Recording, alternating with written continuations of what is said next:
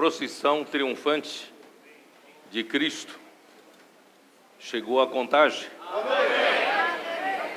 Começamos em Varginha e depois nós fomos para Itaúna. E agora estamos em Contagem e à noite em Belo Horizonte. E o Senhor não para de nos revelar, não para de falar conosco, porque Ele tem por objetivo não apenas nos fazer aumentar em conhecimento teórico, mas Ele quer que cheguemos ao pleno conhecimento da verdade. E toda vez que na Bíblia aparece pleno conhecimento da verdade, refere-se ao conhecimento exterior aliado ao conhecimento subjetivo. Isto é, tudo que Deus falar está sendo praticado por nós e está se tornando a realidade na nossa vida diária. Esse é o objetivo de Deus, do falar de Deus. Portanto, esta manhã, eu espero assim que toda palavra proferida não seja apenas para ser apreciada e depois esquecida, mas que essa palavra possa ser praticada e se tornar realidade na igreja, na vida da igreja. Porque o objetivo de Deus é, depois de ter feito um fundamento tão sólido através do ministério do irmão Dong, Ele quer andar rápido. E para andar rápido, é necessário o Senhor ganhar um grupo de pessoas que estejam dispostas a cooperar com o Senhor, a deixar as criancices de lado, as infantilidades do passado e buscarmos o que é perfeito. Podemos crescer em vida e a maturidade espiritual aparecer nas igrejas de tal maneira que o filho varão de Apocalipse 12 possa se manifestar nos nossos dias. Porque até hoje nós temos visto vários indivíduos, irmãos, que o Senhor trabalhou neles, que permitiram o Senhor trabalhar, e eles foram vencedores. Os grandes homens do passado e também do passado recente, na nossa própria história. Todavia ainda não vemos um grupo de irmãos nas igrejas maduras, vencedoras. Portanto, eu acredito que depois desse fundamento pronto, que o Senhor usou o irmão Dong, fazer o pioneirismo da obra e estabeleceu a sólida fundação, e nós podemos edificar em cima. E para isso, irmãos, não podemos mais levar o tempo que levamos para fazer o que aconteceu até o dia de hoje. Porque tudo isso que aconteceu até os dias de hoje, por causa da nossa ignorância, por causa da nossa infantilidade, houve muitos vai e vens, e houve muitos problemas que aconteceram entre nós. Alguns se afastaram no caminho, mas agora finalmente, depois desse tempo todo, nós temos uma fundação sólida. Agora podemos pensar em um grupo de irmãos em cada igreja que estejam dispostos a pagarem um preço para crescerem, para amadurecerem. Para isso, a necessidade de acompanhar a palavra profética. E não só acompanhar, praticá-la. Tornar cada palavra realidade na nossa vida. Talvez falando assim, vocês não veem tanto problema. Mas eu quero dizer que é inadmissível, depois de nós ouvirmos tanta palavra rica, os nossos casamentos continuam com problemas. Eu vou checar com raio-x se você está praticando a palavra ou não. Não é possível que o seu relacionamento conjugal continua emperrado, continua com problemas e continue apenas se acostumando a conviver um com o outro e achando que não vamos conseguir melhorar mais do que isso. Não vai pela linha dos estoicos, da fatalidade. Eu nasci assim, eu cresci assim, e eu vou morrer assim. Ninguém vai me mudar. Não. A vida de Deus, o Evangelho de Deus, visa mudar a nossa pessoa. Por isso, primeiramente, eu quero checar com vocês. Essa palavra tem que ser levada ao seu relacionamento conjugal. Amém? Amém? Se eu perguntar para os maridos se acreditam que suas esposas podem mudar, assim seja. Se eu perguntar para as mulheres aqui se acreditam que os seus maridos podem mudar,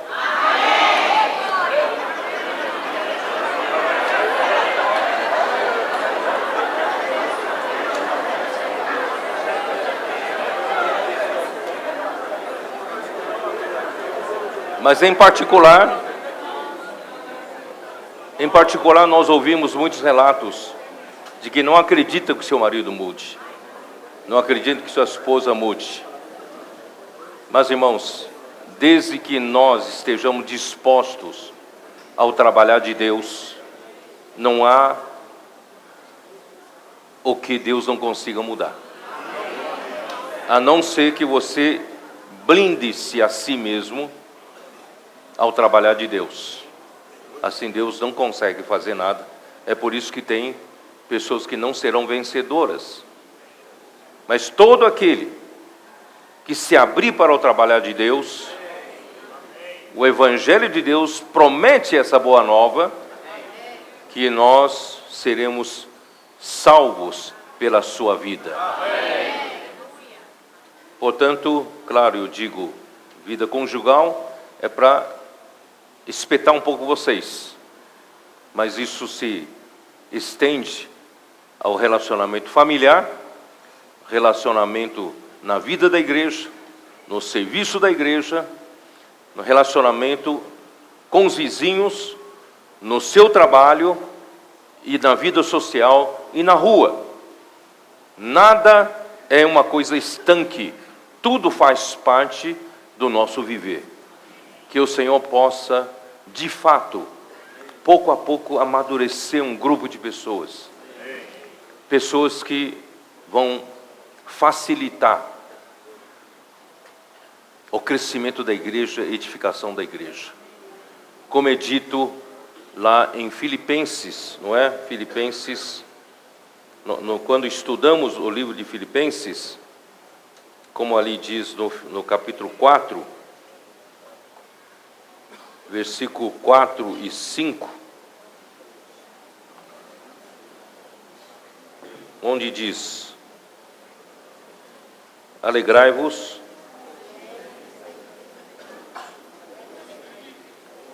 sempre no Senhor. Outra vez digo, alegrai-vos. Irmãos, pessoas maduras estarão sempre alegres. Elas podem estar passando por grandes tribulações, grandes provações, elas estão alegres, porque sabem que essas tribulações e provações visam aprová-las. E em seguida diz: seja a vossa moderação conhecida de todos os homens. Irmãos, perto está o Senhor. Quanto mais se aproxima a volta do Senhor, mais se exige de um grupo de pessoas maduras na igreja. Porque o Senhor precisa fazer a sua vontade. A sua vontade precisa ser feita na igreja. E para que a sua vontade seja feita na igreja, há necessidade de maturidade. E um dos sinais de maturidade é a moderação. A moderação é capaz de amortecer choques, de amenizar os conflitos na igreja, as crises, não é? Eu disse na época, eu vou ler aqui para vocês novamente, que a moderação, a palavra moderação, em grego é epiekis, o que é aparente, apropriado, o adequado e conveniente. A moderação é a virtude de permanecer na medida certa, na medida exata, sem excessos e com prudência, com comedimento. Não comete excessos, mas não peca por falta. Isso é ter a moderação. Você é assim? É agir ou reagir adequadamente na medida exata, diante de qualquer situação, sem excessos. Alguns não aguentam, pisaram no calo dele, ele sobe a serra, esperneia, grita. Precisamos amadurecer-nos. Em qualquer situação, diante de qualquer situação, sem excessos, porém, agir adequadamente. Nunca agir inconvenientemente, sempre com equilíbrio. Na vida da igreja precisamos de pessoas com equilíbrio. Moderação inclui paciência e tolerância, mas vai além delas. É qualidade de alguém que não discute com outros, nem briga ou contende com eles. De alguém que pode ter muito o que falar, mas terá paciência e tolerância ao lidar com os outros. Isto é, alguém que não responde precipitadamente, mediante provocação ou irritação. Quando alguém te irrita, quando alguém te provoca, aí vem o perigo. Aí você mostra a tua moderação. Essa qualidade vem pela maturidade de vida. Todos precisamos lutar para crescer e amadurecer, principalmente a liderança. Quando a igreja tiver mais maturidade, automaticamente promoverá mais o progresso do Evangelho. A moderação não é só para ser aplaudida, a moderação é para promover o progresso do Evangelho. Pois haverá vários moderadores promovendo paz e equilíbrio no relacionamento entre os membros da igreja. Repetindo, não revidar quando ofendido, evitar discussões, falar no momento certo e com calma. Diante de alguém irado, permaneça calado, sem se alterar. Assim, a vida da igreja terá paz e tranquilidade, sem rivalidade ou vanglória, sem murmurações ou arrazoamentos. Isso se aplica na vida conjugal. Esse será o sinal prático de maturidade. Isso tudo vem porque o versículo diz: perto está o Senhor. Perto está o Senhor. De um lado, a vinda do Senhor está próximo. Mas por outro lado, quem é maduro, o Senhor está perto dele. Perto está o Senhor para te dar a provisão do Espírito de Jesus Cristo, suprindo-lhe a paciência, tolerância, consideração, paz e amor. Principalmente os líderes devem ser os que promovem paz, alegria entre os membros da igreja, com o coração dilatado, cuidando a todos como Pai.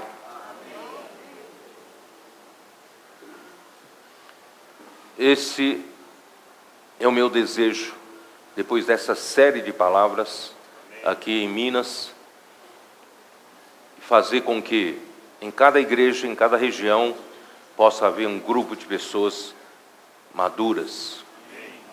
Não é somente uma questão comportamental. Não é só alguém ensinar, não fazer isso e faça aquilo. Mas, irmãos, é porque essas pessoas têm o Senhor por perto. Tem o esplêndido de Cristo sempre à sua disposição. Porque a mudança deve ser na essência, não é só no comportamento. O Senhor precisa suprir-nos com a sua humanidade perfeita. E assim, o Senhor poderá voltar. Quando o filho varão for gerado, houver um grupo de pessoas maduras, crescidas na igreja, a igreja vai começar a crescer mais rapidamente.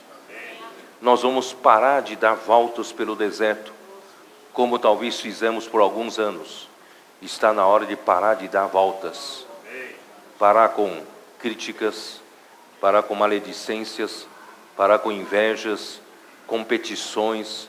Ninguém está competindo com ninguém na igreja. Não há concorrência. Não é? Nós somos membros do corpo de Cristo. Tem espaço para todo mundo. Não precisa ter medo que alguém te puxe o teu tapete na igreja. Não precisa ter medo de que alguém tome o seu lugar na igreja. Na igreja tem lugar para todos. Porque todos são membros do corpo de Cristo. Na igreja todos amam igualmente, com o mesmo amor, com unanimidade, promovendo, né, o progresso do evangelho na mesma alma. É isso que o Senhor precisa. Eu acredito que vai acontecer logo, logo entre nós. Ou nós estamos tomando essa palavra em vão. Essa palavra precisa fazer esse efeito. Não mais um indivíduo vencedor, outro indivíduo vencedor, mas um grupo coletivo de vencedores. É o filho varão aparecerá. Amém? E será arrebatado ao terceiro céu antes da grande tribulação. E eu quero fazer parte dele. Mas se você ficar, não tenha tanto medo, que você está no lugar certo, no deserto. Aqui será o deserto preparado para a mulher se refugiar do dragão, para aqui na América do Sul e principalmente o Brasil. O Brasil foi escolhido por Deus. O Brasil é um país especial para Deus.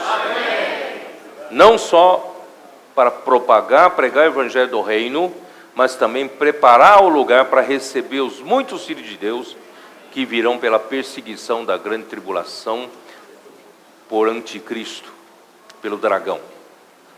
Mas, irmãos, não é isso que eu queria falar essa manhã, é mais para mostrar para vocês qual é o objetivo nosso, onde nós devemos caminhar, para que linha nós devemos ir. É a maturidade de um grupo de pessoas. Para isso precisa praticar a palavra ouvida, precisa aprofundar. Não pode mais pegar um alimento diário como no passado, pegar um alimento diário e sapecar uma palavra na reunião ministerial e engolir superficialmente o alimento rico. Precisamos todos aprender a aprofundar, deixarmos de ser superficiais na palavra, mas sejamos praticantes, que aprofundamos nas experiências. Assim o Senhor terá caminho entre nós. Amém? Bom, hoje de manhã eu queria compartilhar com vocês sobre os trabalhadores de última hora. Vamos abrir a nossa Bíblia em Mateus capítulo 20.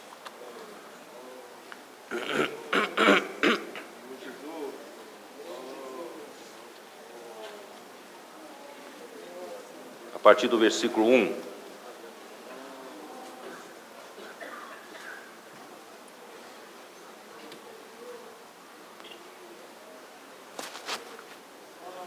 Eu já disse em alguma das mensagens que não tenho 40 anos para ficar dando volta no deserto. Eu acho que nem você quer perder mais 40 anos no deserto. Por isso está na hora da gente, irmãos, cooperar com o Senhor. Vamos levar a sério a palavra, crescer e amadurecer. Porque o reino dos céus é semelhante a um dono de casa que saiu de madrugada para assalariar trabalhadores para sua vinha.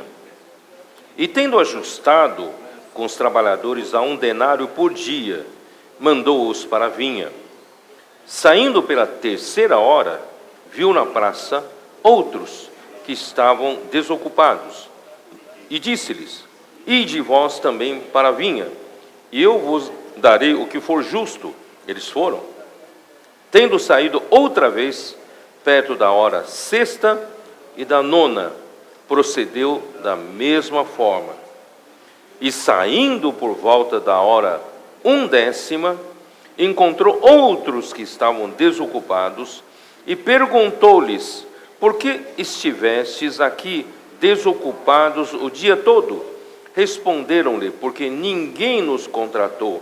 Então lhes disse ele: ide também vós para a vinha.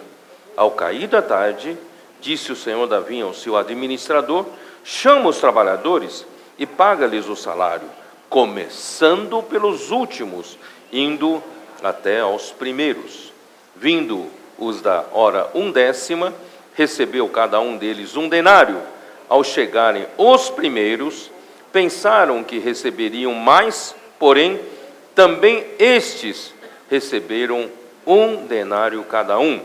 Mas, tendo recebido, murmuravam contra o dono da casa, dizendo: esses últimos trabalharam apenas 1 hora, contudo, os igualaste a nós, que suportamos a fadiga e o calor do dia. Mas o proprietário, respondendo, disse a um deles: amigo, não te faço injustiça. Não combinaste comigo 1 denário? Toma o que é teu e vai-te, pois quero dar este último tanto quanto a ti. Porventura, não me é lícito fazer o que quero fazer, do que é meu? Ou são maus os teus olhos, porque eu sou bom? Assim, os últimos serão primeiros, e os primeiros serão últimos, porque muitos são chamados, mas poucos escolhidos. Quando nós líamos esta parábola, nós apenas damos graças a Deus por sermos os últimos. E o Senhor vai nos pagar igualmente aos primeiros. Os últimos é vantagem, porque já tem toda a experiência dos primeiros, de vários trabalhadores. E nós nos sentimos honrados e sortudos, né?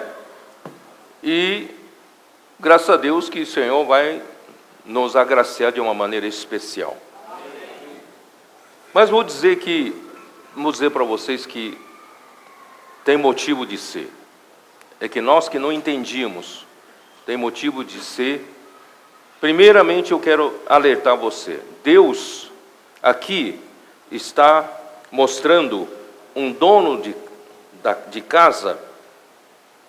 Esse dono de casa aqui, irmãos, é o Senhor que ajustou com os trabalhadores para trabalhar um dia. A jornada de um dia são 12 horas. E ele saiu na hora 0 e contratou os primeiros trabalhadores. E depois disso, vocês percebem que ele chama de 3 em 3 horas. Na hora 3ª, na hora 6ª, na hora 9ª. Então, o último chamamento deveria ter terminado na hora 9ª. e não na hora 1/10. A hora 1/10 não estaria de acordo com essa periodicidade. Mas por que o Senhor chama os trabalhadores da hora 1/10? Falta apenas 1 hora para terminar a jornada do trabalho. Por quê? O que vocês acham? Claro, alguns ouviram já minhas mensagens, não valem responder, né?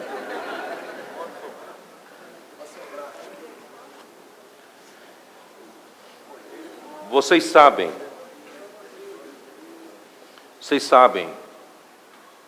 que para Abraão conhecer o que Deus queria, ele tinha poucos recursos para conhecer o que Deus queria com ele e quem era esse Deus. Ele sabia, ele era diferente dos demais. Enquanto que todos os da sua geração serviam a outros deuses, isso eu já expliquei na conferência internacional, que depois do dilúvio havia um grande temor a Deus, que Deus destruísse o homem novamente, quando o homem praticar maldade, como foi até Gênesis 6. Havia temor generalizado na terra. Mas surge um homem chamado Nimrod. Ele, para ganhar poder, ele é o primeiro homem que descobriu que dentre um ajuntamento de homens, ele pode conquistar poder. Para ganhar o poder, ele precisava cortar esse medo que os homens tinham de Deus, o temor a Deus. Assim como, irmãos, o marxismo, para conseguir dominar um país com a ditadura, é necessário derrubar 3 pilares. Não sei se vocês sabem disso. O pilar do conceito de Deus tem que derrubar. Conceito da família tem que se derrubar. E o conceito da propriedade privada. São as 3 pilares que, quando derrubar, então todo cidadão tem uma coisa só, é viver para o Estado. O Estado, então, seria o seu Deus, o Estado seria a sua família, e o Estado é que distribuía como convier. Esse é o marxismo. Mas o Nimrod já foi muito antes de Marx, ele já inventou isso. Para conquistar o coração do povo, ele precisava tirar o medo de Deus. Ele precisava tirar o conceito de Deus. Vocês não precisam ter medo de Deus. Vocês precisam se libertar da tirania do temor de Deus. E o homem vivia assustado naquela época.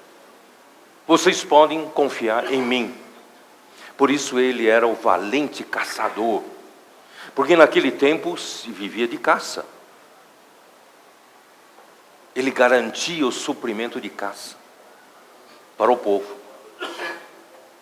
É como se fosse, eu sou o Estado. Confiem em mim. Vocês não vai faltar comida à sua mesa. Não vai faltar moradia. Não vai faltar nada. Eu vou lhe suprir tudo. Acabe com essa besteira de ter medo de Deus. Apenas confie em mim. Irmãos, foi assim que surgiu primeiros homens que rejeitaram a vontade de Deus e se tornaram opositores da vontade de Deus, como falei ontem, em Itaúna.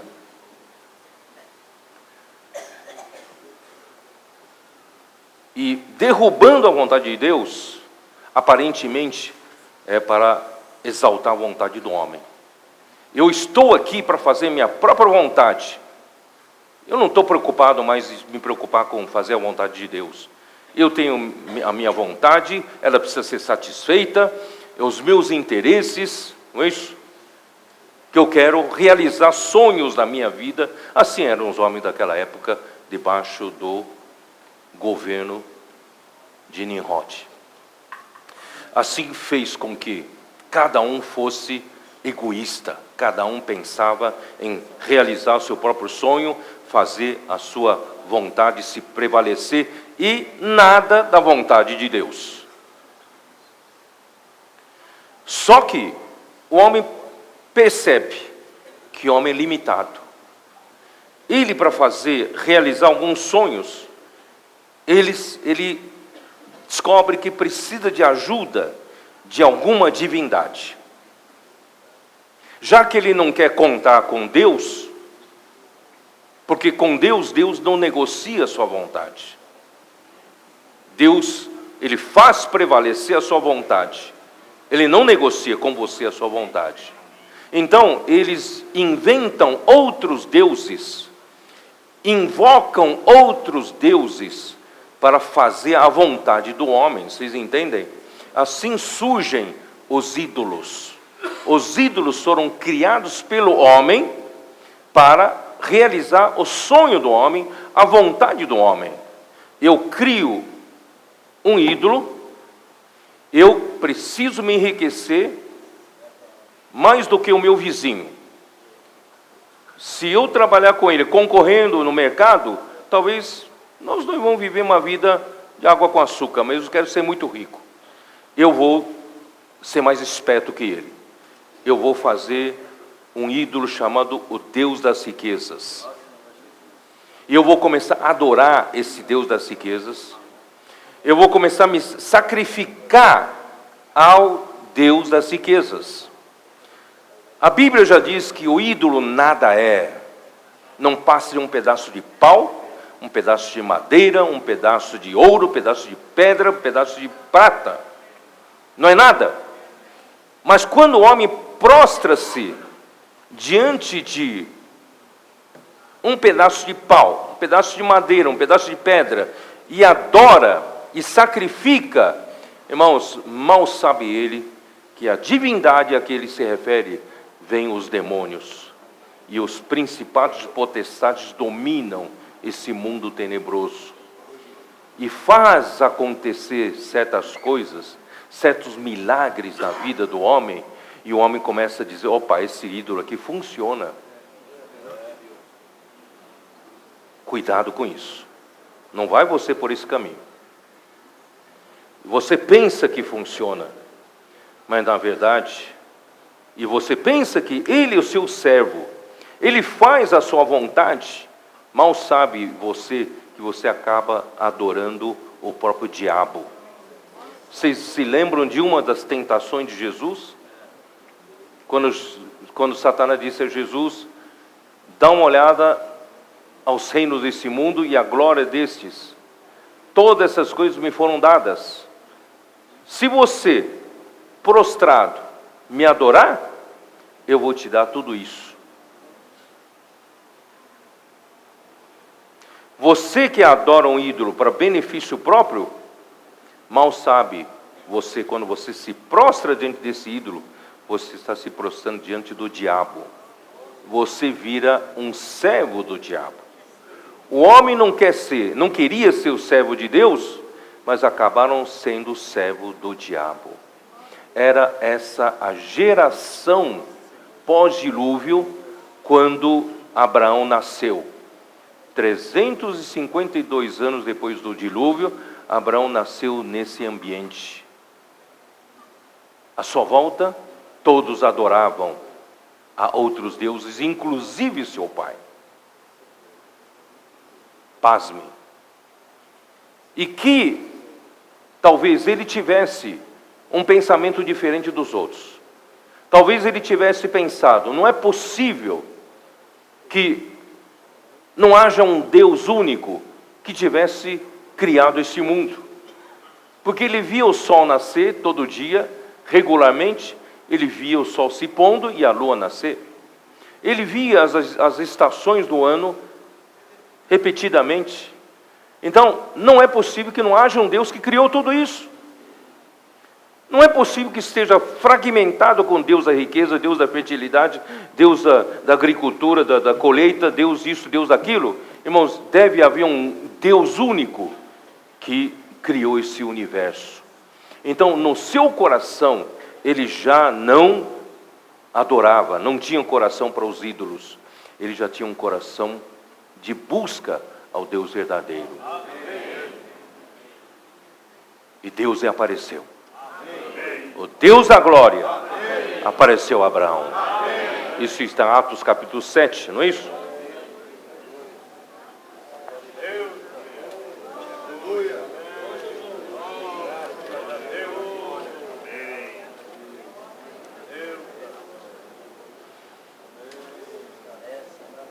Atos 7, versículo 2.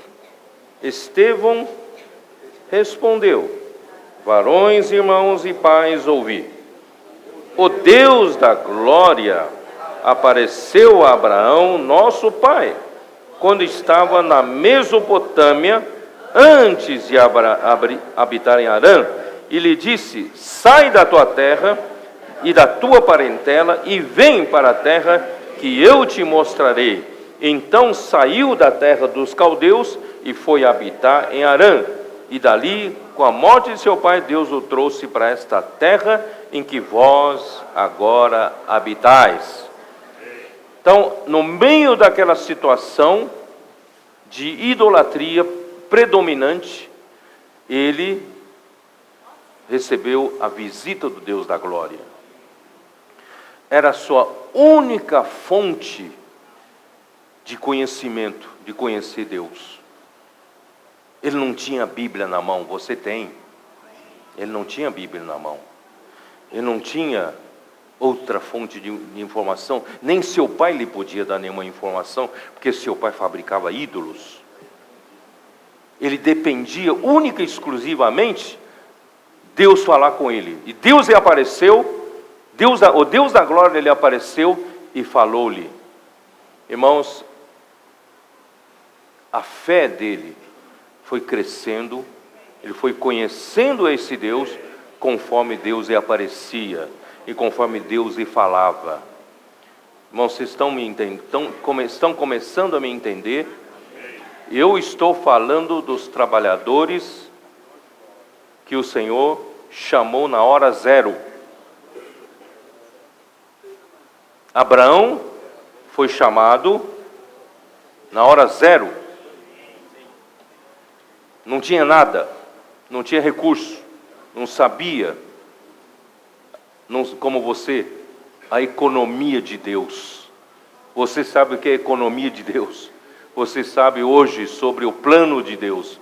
Você sabe o mistério da vontade de Deus. Irmãos, eu não sabia de nada disso. Esses são os trabalhadores da hora zero. Ele dependia do Senhor, aparecendo a ele, falando com ele e lhe dando experiências. Por isso digo, irmãos, o falar de Deus tem que se tornar nossa experiência. O conhecimento de Deus tem que se tornar, o pleno conhecimento tem que se tornar a realidade nossa. Abraão saiu de Ur dos caldeus porque Deus lhe falou, e nem assim ele teve forças para sair. Seu pai o tirou de lá e o levou para Harã, provavelmente porque ele queria expandir seus negócios, abrir outros mercados, né, para a fabricação de ídolos. Ele saiu de Ur para Harã para ver se ele conseguiria enriquecer ali, provavelmente. E Abraão foi levado pela providência de Deus. Foi Deus quem providenciou isso. E quando chegou em Harã, teve que esperar a morte de seu pai para que Deus lhe aparecesse novamente. Isso está em Gênesis 12, não é? Gênesis 12.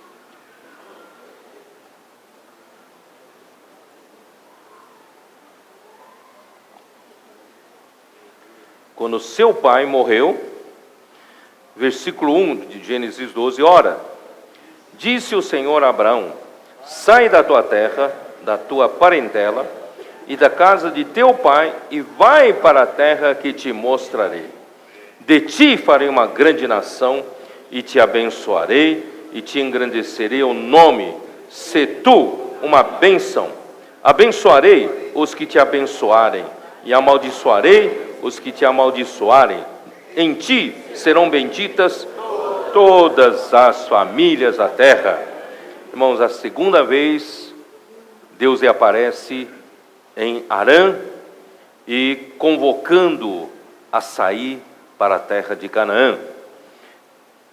Enquanto que todos os homens da sua época eram egoístas, buscavam realizar seus próprios sonhos, realizar suas próprias vontades com a ajuda dos ídolos, de outros deuses, querendo prosperar, querendo ganhar muito dinheiro, querendo o quê? Querendo realizar seus sonhos, irmãos, engrandecer-se, assim como na Torre de Babel, o homem queria exaltar o nome do homem, esquecendo o nome de Deus, exaltar o nome do homem. Mas aqui estava alguém que conhecia Deus.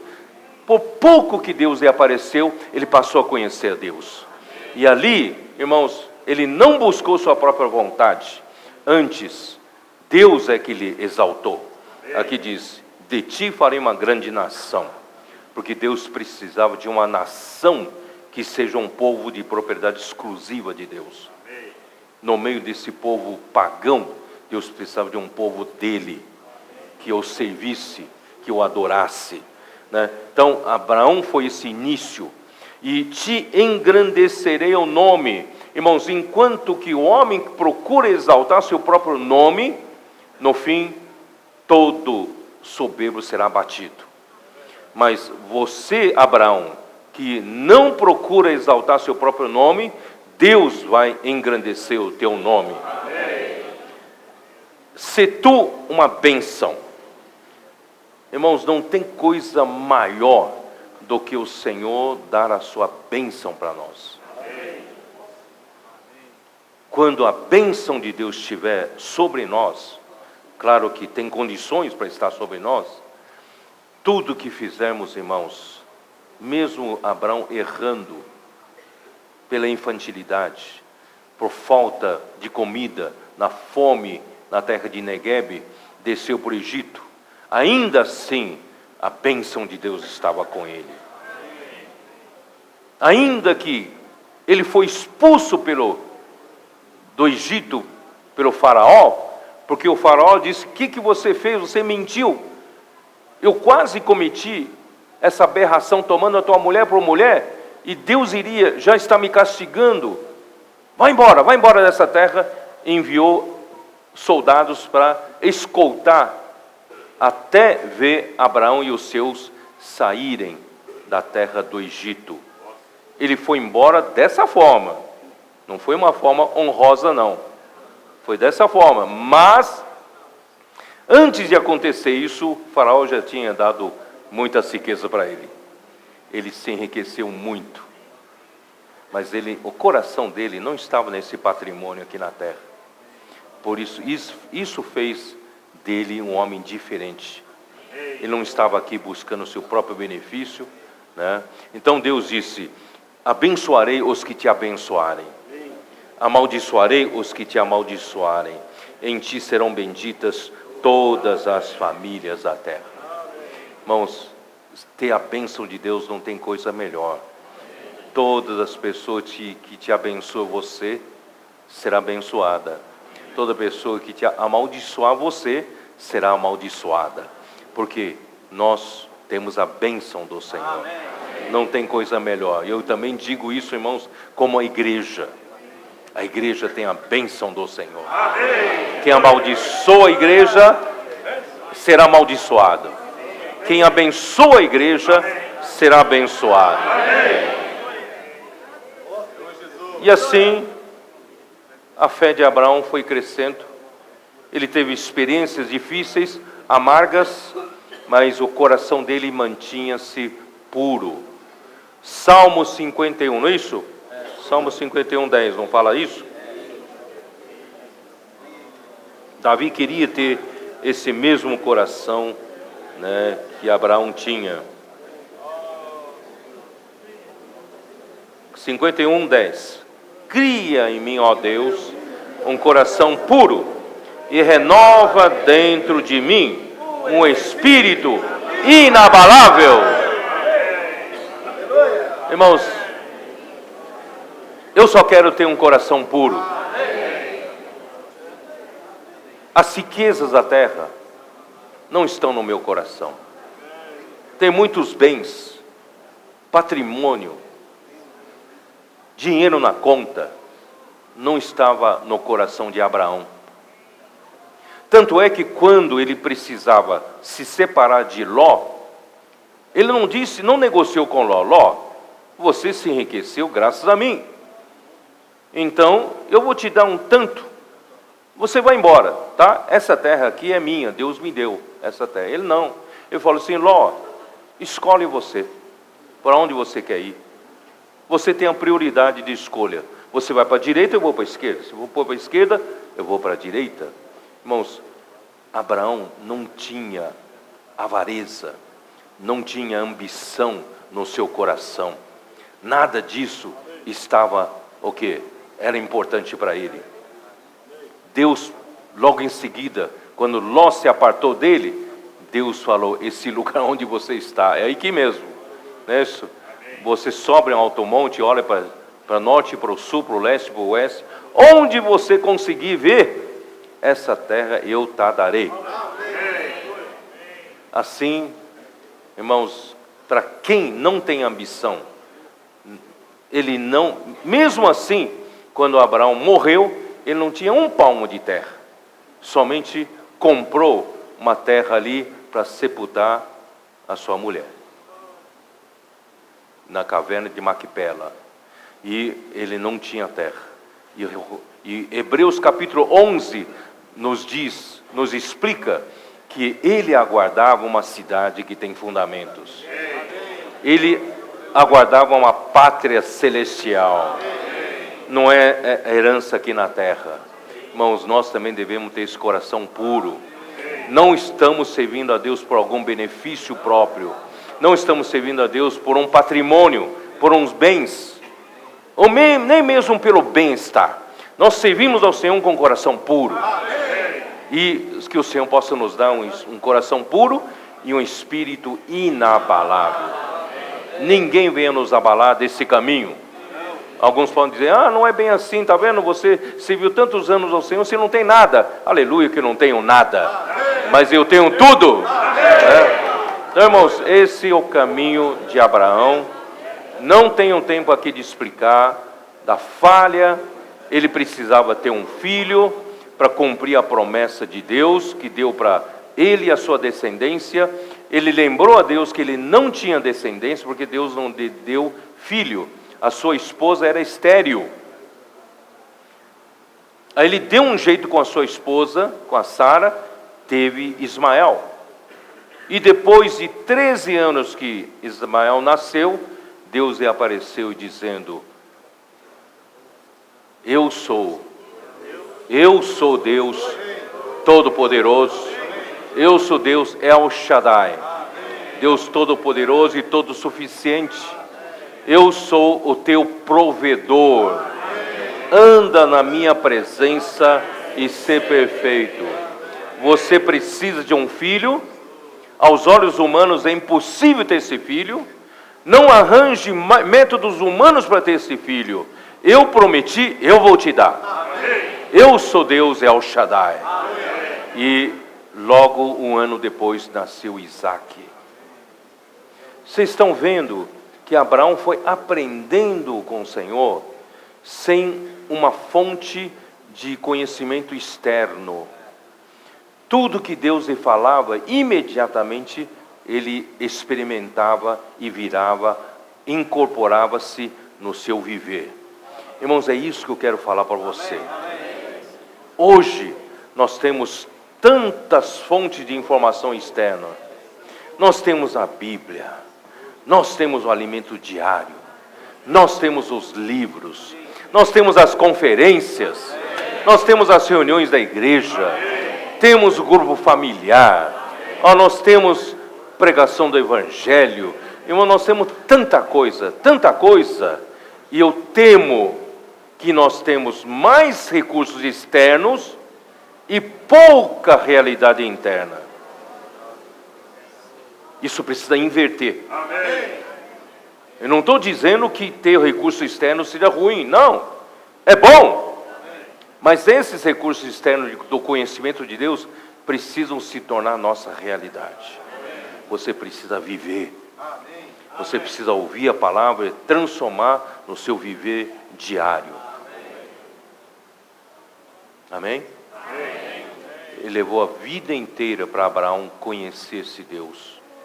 E quando em Romanos 4 resume que Deus tinha Abraão, ele podia resumir assim, Romanos 4. Versículo 17. Como está escrito, por pai de muitas nações te constituí, perante aquele no qual creu, o Deus que vivifica os mortos e chama à existência as coisas que não existem. Esse era Deus de Abraão. O Deus de Abraão vivificava os mortos.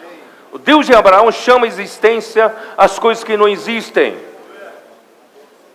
Se eu pedir para Abraão pegar uma caneta e um papel e resumisse que Deus tinha ele iria resumir nessas duas frases. O meu Deus, vivifica os mortos, o meu Deus chama à existência as coisas que não existem. Amém.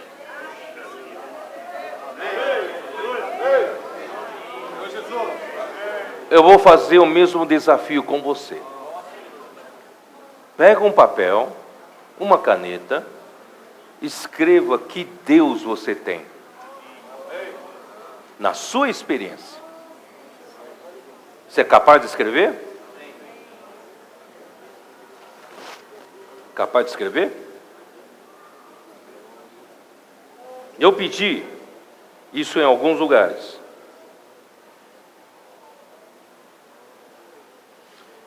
E alguns conseguiram escrever alguma coisa. Aí, eu vou só ler um pequeno testemunho de uma jovem. Quando eu pedi para escrever, ela escreveu o seguinte: o Deus que eu tenho é o Deus que me liberta da ansiedade, que me assola muitas vezes. Quando eu me sinto sozinha, sem ninguém, é o Deus que me faz companhia. É o Deus que me faz crer em mim, quando nem eu mesmo consigo crer. É o Deus que me ama, quando eu não me amo. É o Deus que cuida de mim, quando eu quero desistir. É o Deus que me dá forças, quando eu quero largar tudo.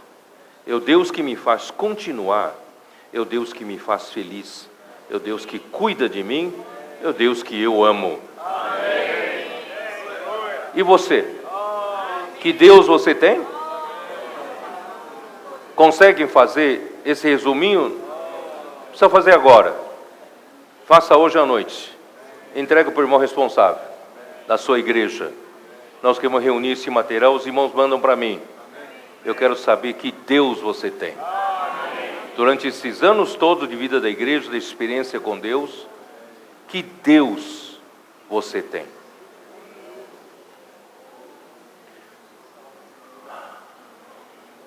Para Abraão viajar da Mesopotâmia até Canaã, foi muito difícil. Naquele tempo não tinha carro, não tinha trem, não tinha avião. Devia ser sobre carro de animais, não tinha estrada asfaltada, não tinha facilidade que nós temos, não tem grau da vida, não tem um frango assado no caminho para você ir ao banheiro, você comer alguma coisa, não tinha nada disso. Tudo era difícil, é ou não é? Não preciso ir muito longe para irmão Dong trazer a família dele do Oriente para o Brasil. Nós tivemos que vir num navio que viajamos por 46 ou 48 dias. Eu não me lembro exatamente. Mas deve ser 48 dias. Irmão, 48 dias vir do Oriente para o Brasil. Hoje dá para você pegar um avião e fazer uma parada no meio, não é isso? Você pode fazer 14 horas, uma parada mais 14 horas, você está aqui no Brasil. Em 24 horas, no máximo com as paradas, não é isso? Umas paradas 36 horas, você estará aqui no Brasil. Mas naquele tempo, 46, 48 dias para chegar aqui. Não sei se vocês estão começando a me entender. O tempo do tempo de Abraão é diferente do tempo seu hoje. Cada uma hora sua hoje vale muitas horas de Abraão. Apóstolo Paulo, para fazer a viagem de Antioquia da Síria, passando por Cilícia, passando por Galácia, né?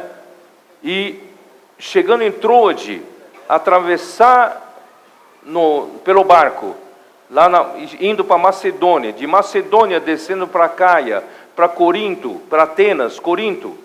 Quanto tempo ele levava a fazer esse trajeto? Hoje dá para se fazer em pouco tempo. E sofria muito, naufrágio, perigo de estrada, perigo do mar. Irmãos, tudo era difícil. O povo de Israel no deserto andava com aqueles 2 milhões de pessoas, crianças, animais pequenos, crianças e idosos, andando pelo deserto.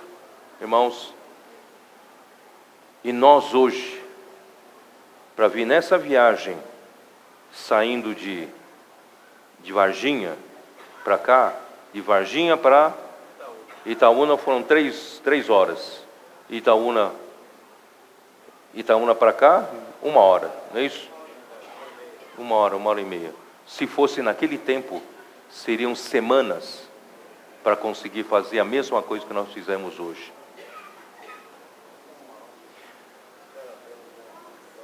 Não sei se você sabe que dessa vez eu fui para visitei a Grécia, visitei Atenas, visitei Corinto, eu fui até a Turquia, visitei a Ásia Menor, as cidades, as 7 igrejas de Apocalipse, visitamos Esmirna, fui até Laodiceia, Hierápolis, Filadélfia, Sardes e Éfeso.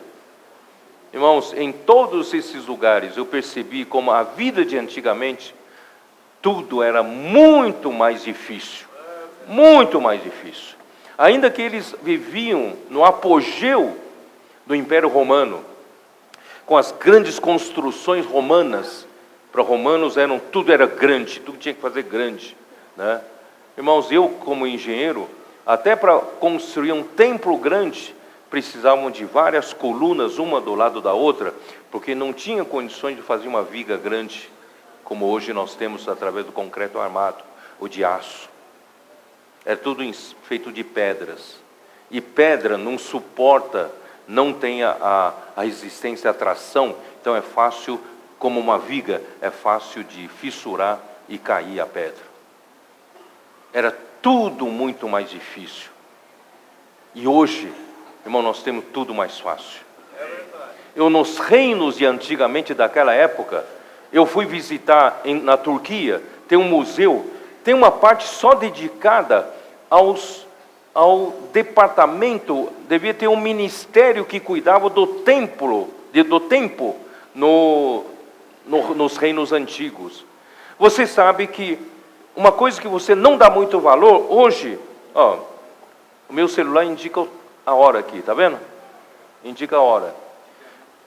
Você imagina, antigamente, como é que você ia saber a hora? E sem a hora, como se marca compromisso? Como se determina atividades? Não é? Já pensou um país sem um padrão de hora? Uma confusão, não é isso? E sem saber, ainda mais, que as horas são importantes para você conhecer as estações do ano. Para caça, para pesca, você precisa conhecer as estações. Para agricultura, para plantação, você precisa saber do tempo. Para compromissos sociais, atividades, precisamos do tempo. Tudo é amarrado pelo tempo. Marcamos que horas hoje para começar aqui? 9 horas da manhã. Imagina se nós não tivéssemos um tempo. Como é que a gente iria marcar? Não tem como marcar. Então havia um departamento do governo, naquele tempo, de um reino, só para tratar do tempo. Para avisar para as pessoas sobre o tempo. O que é tempo? Que horas que é? Vocês estão imaginando? Hoje, irmãos, eu tenho aqui no meu relógio. Na verdade, eu não preciso mais usar relógio, porque tenho aqui no celular. Hora exata. Por que alguns relógios, Rolex, outros relógios são tão caros, tão caros? Relógios chegam a custar quanto? $50 mil. Eu pergunto, mas que tem num relógio para custar $50 mil? Ah, é que antigamente precisava fazer relógios precisos, extremamente precisos, para que não perder a hora. Mas hoje não tem mais razão de ser. É meramente um objeto de ostentação. Não é? Porque hoje o meu celular, que é muito mais barato do que $50 mil, indica a hora mais precisa. Vocês estão entendendo a facilidade que você tem? Vocês estão entendendo que no tempo de Paulo não tinha quem anunciasse as suas reuniões, as suas mensagens, onde ele passava? Não tinha como registrar. O que nós temos na Bíblia são as suas cartas. Não tinha um Jonathan gravando as mensagens de Paulo. E muito menos transmitir ao vivo. Já pensou no tempo de Paulo? Não tem nada registrado. Onde foram as mensagens? Só as cartas. Você tem tudo.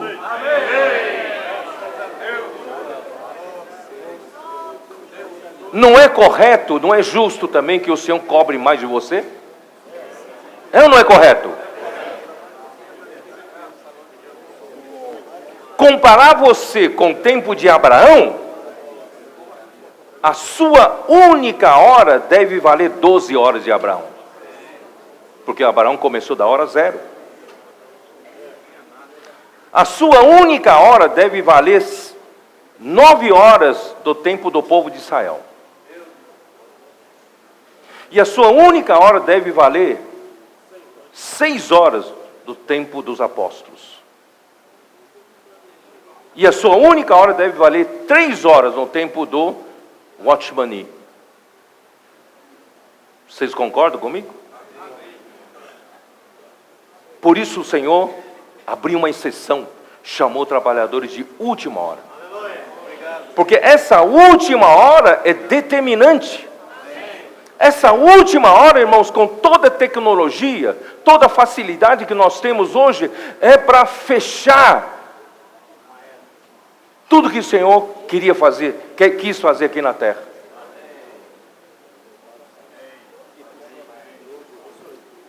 A câmera está aqui, ó.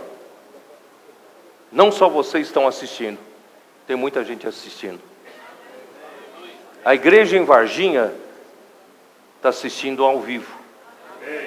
A reunião da igreja, toda a igreja reuniu-se para ouvir essa mensagem. E muitas outras pessoas. E mesmo aquelas pessoas que não puderam estar assistindo ao vivo, mas logo depois já estão disponíveis essas mensagens, disponíveis a todos. No Instituto Vida para Todos, no site Mensagens das Conferências, não é? Irmãos, tanta facilidade é para quê? É para nós andarmos mais rápido. Não ande mais como andava 10 anos atrás, 20 anos atrás, 30 anos atrás. Tem irmãos de 30 anos atrás na vida da igreja achando, saudosos, como era bom naquele tempo, e administra a igreja como 30 anos atrás. Irmão, está na hora a gente ir para frente. Andar mais rápido. Vamos ou não vamos andar mais rápido? Rumine as palavras. A velocidade das revelações do Senhor através da palavra profética está muito grande. Se você deixa de acompanhar por uma semana, você já está desatualizado. Porque o Senhor está abrindo o seu coração para nós. Mas qual é a razão disso? Porque nós somos trabalhadores de última hora. Mas cuidado, para não acumular todas essas informações apenas como conhecimento externo. Por isso que comecei a mensagem falando isso. Nós precisamos, irmãos, ter o pleno conhecimento. Tudo que recebemos deve se transformar rapidamente no nosso viver diário. Trazer tudo para a realidade espiritual. As igrejas ruminando, praticando. Irmãos, logo nós vamos ter um grupo de pessoas maduras e vencedoras. Esse será o surgimento do filho varão. Vou terminar lendo o Apocalipse 12 só para impressionar vocês como o Senhor tem pressa. Apocalipse 12.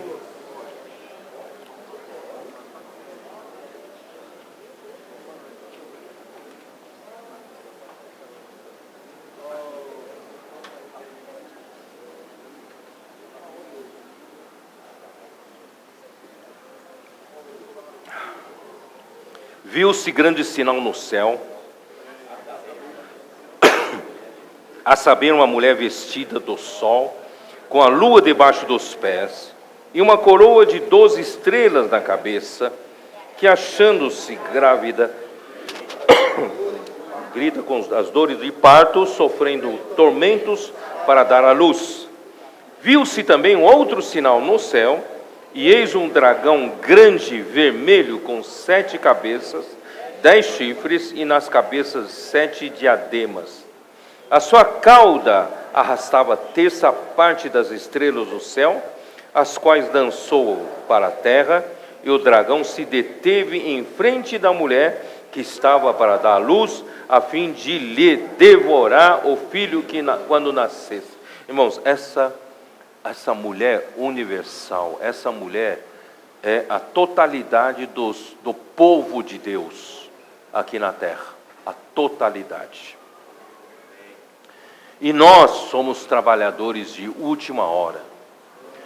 E essa luta entre o dragão e a mulher, o dragão e o povo de Deus, não vai cessar, só vai cessar quando Cristo voltar. Então nós estamos nessa luta. E o filho varão é a parte madura que eu venho me referindo desde o começo da mensagem, que Deus tanto almeja produzir. Não é possível, irmãos, que nós temos tanta riqueza, com tanta facilidade de transporte, tanta facilidade de comunicação, tecnologia, e não acelere a produção da parte madura na igreja. Como se nós estivéssemos andando ainda há 20 anos, 30 anos atrás. Vamos mudar de atitude. De um lado, recebamos rapidamente tudo que vem através desses meios de comunicação que nós temos hoje, e vamos transformar rapidamente em nossa realidade. O nosso casamento precisa mudar logo. Nosso relacionamento familiar, relacionamento na vida da igreja. Como eu digo, mais pessoas com moderação. relacionamento com os de fora, no trabalho, na vida social, as pessoas vão ver, irmãos, que nós estamos sendo transformados. Isso faz parte da produção do filho varão. O que é o filho varão?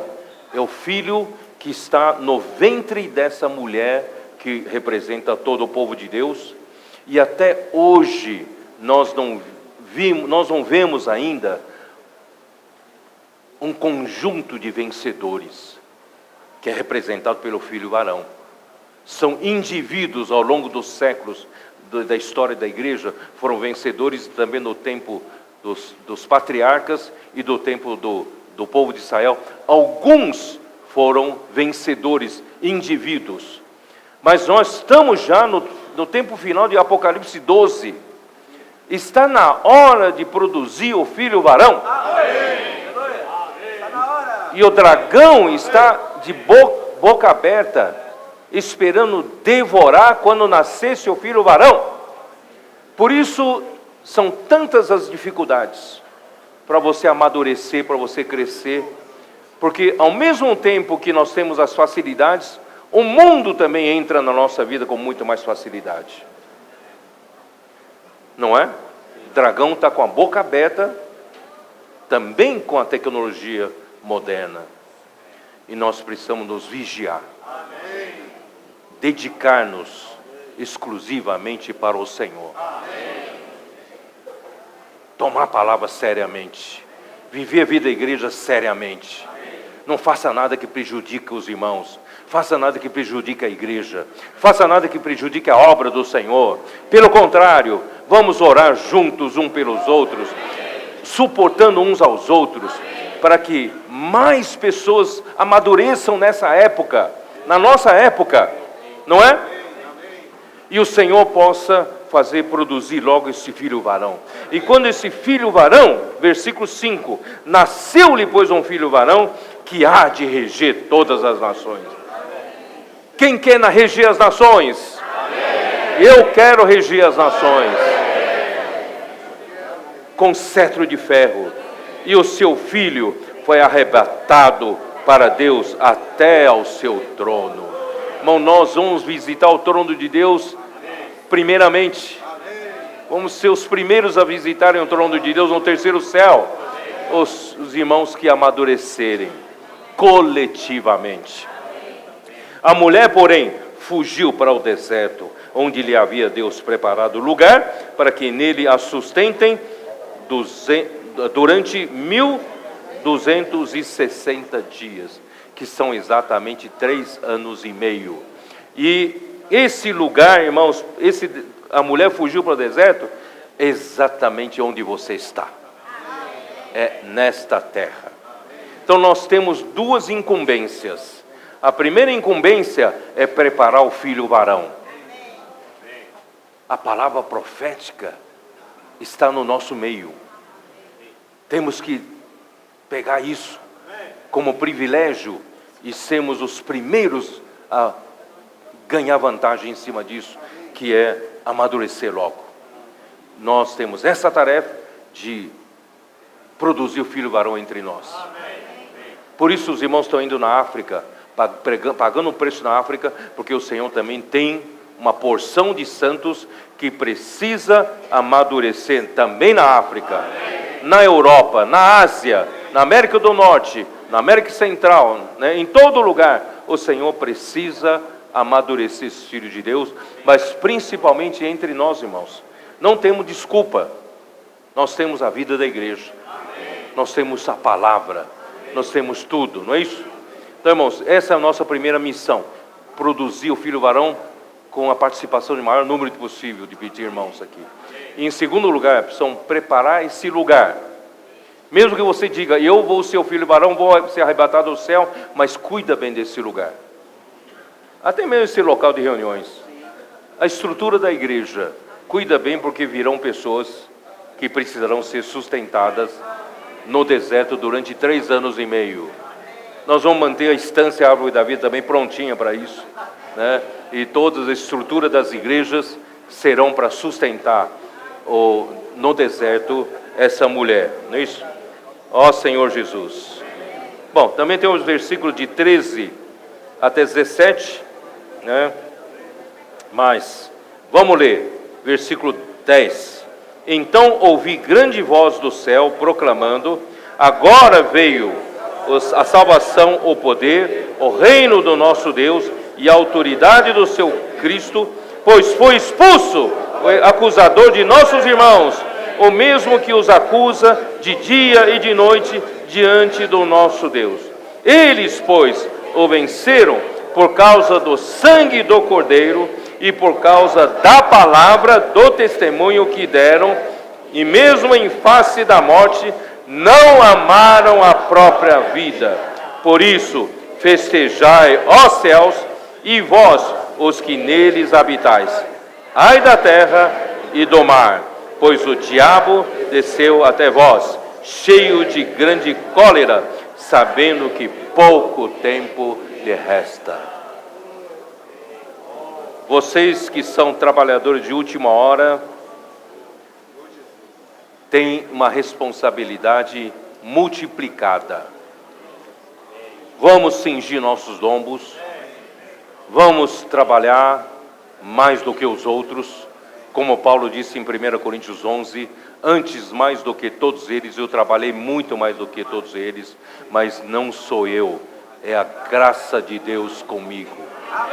Deus é capaz de nos suprir a sua graça para nós trabalharmos mais do que os outros, mais do que os da primeira hora, da hora zero, hora terceira, hora sexta, hora nona. Nossa hora tem que valer todas essas horas, 12 horas, 9 horas, 6 horas, 3 horas dos demais. Que o Senhor possa nos usar para dar o desfecho nessa era e devolver o reino daqui da terra de volta para Deus.